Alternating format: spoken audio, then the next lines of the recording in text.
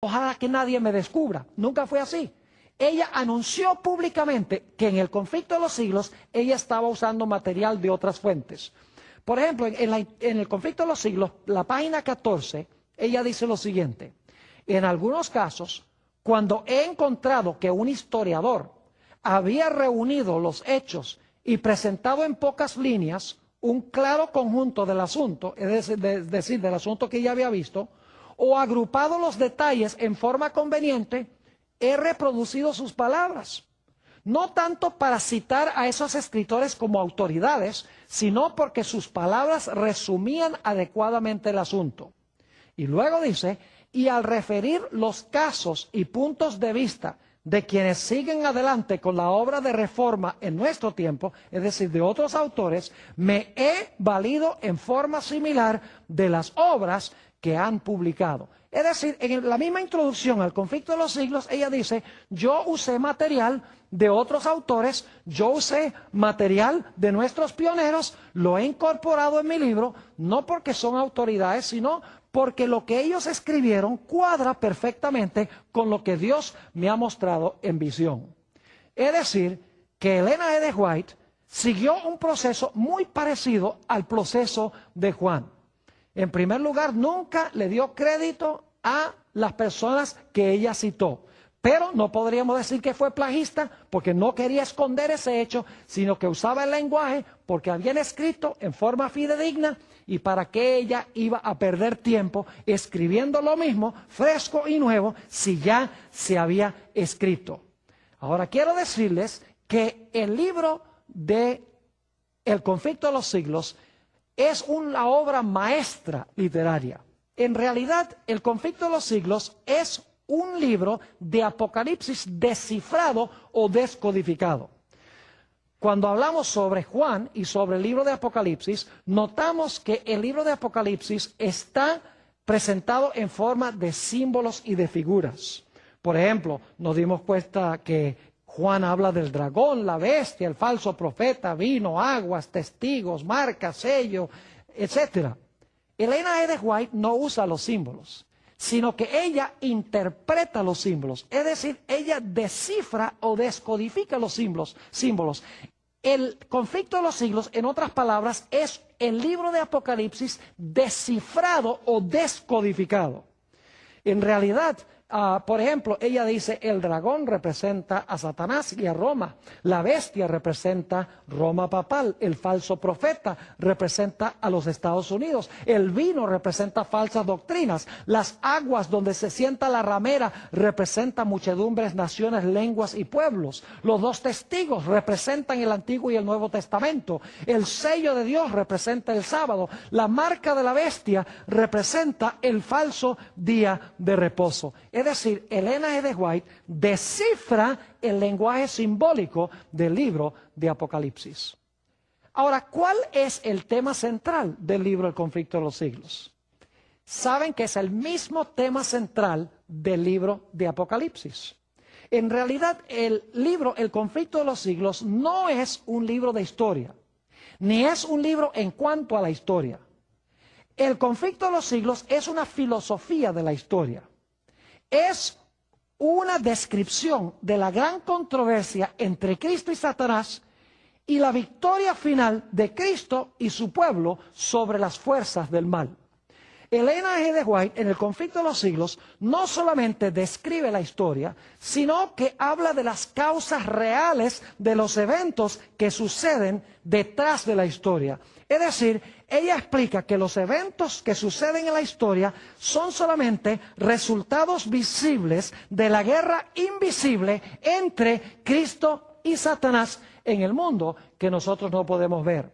Es decir, ella está dando una interpretación de la historia, está dando las causas reales de los eventos históricos como se están realizando. Ahora, otro detalle interesante en cuanto al conflicto de los siglos es que el conflicto de los siglos se compone en dos mitades con un centro muy especial. Es decir, el libro está organizado igual que el libro de Apocalipsis. Lo interesante es que desde la página 19 hasta la página 332 del Conflicto de los Siglos, usted va a notar que Ellen G. de White enfatiza mayormente la historia de la iglesia. Como la primera mitad del libro de Apocalipsis, la primera mitad del Conflicto de los Siglos enfatiza historia eclesiástica. La segunda mitad del libro del Conflicto de los Siglos, que son las páginas 486 hasta el final del libro, El Conflicto de los Siglos, encontramos que Ellen G. de White está describiendo casi exclusivamente eventos finales. Es decir, que igual que Apocalipsis, el capítulo 1 hasta el capítulo 9 describe historia eclesiástica y el capítulo 12 hasta el capítulo 22 describe eventos finales. El Conflicto de los Siglos, hasta la página 332, habla de eventos de historia eclesiástica primordialmente, y la segunda mitad del libro habla de eventos que suceden mayormente en el tiempo del fin. Eventos tales como la unión de los poderes civiles del mundo con el papado y el protestantismo apóstata. Eventos tales como los mensajes de los 3 ángeles que se proclaman al mundo. Eventos tales como el tiempo de angustia, la liberación del pueblo de Dios, la segunda venida, el milenio y el cielo nuevo y la tierra nueva. Es decir, el Conflicto de los Siglos termina con el cielo nuevo y la tierra nueva en el mismo sitio a donde terminó el libro de Apocalipsis. Ahora, lo interesante es que en el puro centro del libro, en el mero centro del libro, El Conflicto de los Siglos, se encuentran 2 grandes eventos que describe Ellen G. de White. En más de 100 páginas, ella comenta en el centro del Conflicto de los Siglos, en primer lugar, la experiencia de los mileritas que estudiaban la profecía del libro de Daniel y pensaban que Daniel 8:14 indicaba que Jesús iba a venir el 22 de octubre de 1844. Para ellos eso fue un mensaje dulce de que Jesús iba a venir en poder y gloria el 22 de octubre de 1844. Pero todos sabemos que Jesús no vino y como resultado tuvieron un grande y amargo chasco. Es decir, habían estudiado el mensaje del libro de Daniel, lo habían asimilado, era dulce porque esperaban que Jesús iba a venir, pero se tornó amargo porque el Señor Jesucristo no vino. Eso se encuentra en el centro del Conflicto de los Siglos y también se encuentra en varios capítulos en el centro del Conflicto de los Siglos una descripción del juicio que comenzó en el cielo el 22 de octubre de 1844.